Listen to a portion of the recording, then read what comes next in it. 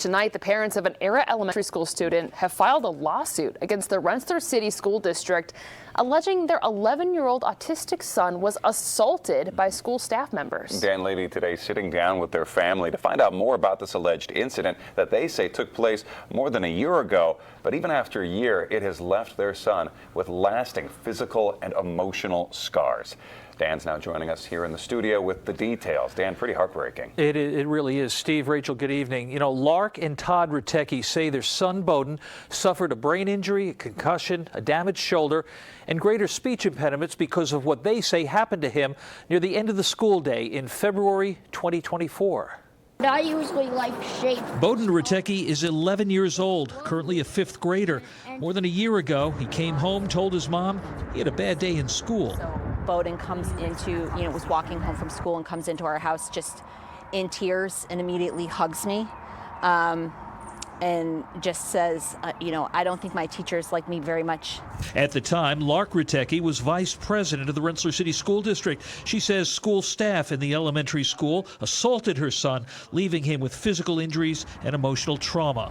My job as Bowden's mom is to keep him safe and to be his advocate. And I feel like in that moment, I trusted the adults up at the school. But instead, my teachers were lying. It was them who caused it, and it wasn't me. On the day of the alleged incident, Bowden had been suspended from school.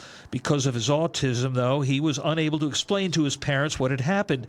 3 weeks after the alleged incident, that's when Lark says she was finally able to view school security video. She says she saw Bowden get knocked down or dragged down by his backpack at least 3 times, and she says she saw that he was clearly injured. If my child was sort of injured this way on a playground or fell down on a playground, they send them to the nurse for a concussion protocol test. He was taken down 3 times by adults in a hallway in less than 5 minutes, and then they let him walk a quarter mile plus home. In their lawsuit filed in state Supreme Court, the Riteckis accused district officials of assault, battery, inflicting emotional distress, and unlawful restraint. I will say on camera, you have my permission. I waive our rights to release the video. The technology exists to blur people's faces. Release the video.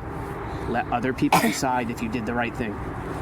I did reach out to the school district today, and I received a written statement that says, in part, the Board of Education of the Rensselaer City School District is keenly aware of recent media coverage in which the district, its administrative and staff have been portrayed in a negative light because of allegations rendered by parents in the school district of a student there. It goes on to say, notably, some 14 months have passed since the time of the alleged underlying incident. The Board of Education does not comment on pending litigation. The board will not be releasing any information exculpatory or otherwise, and the Board of Education has always and will always remain committed to providing safe and supportive learning environment for all of its students and staff. And the Riteckis tell me that they are hoping for an amicable settlement here, but if necessary, they say they are ready to go to trial. Steve and Rachel.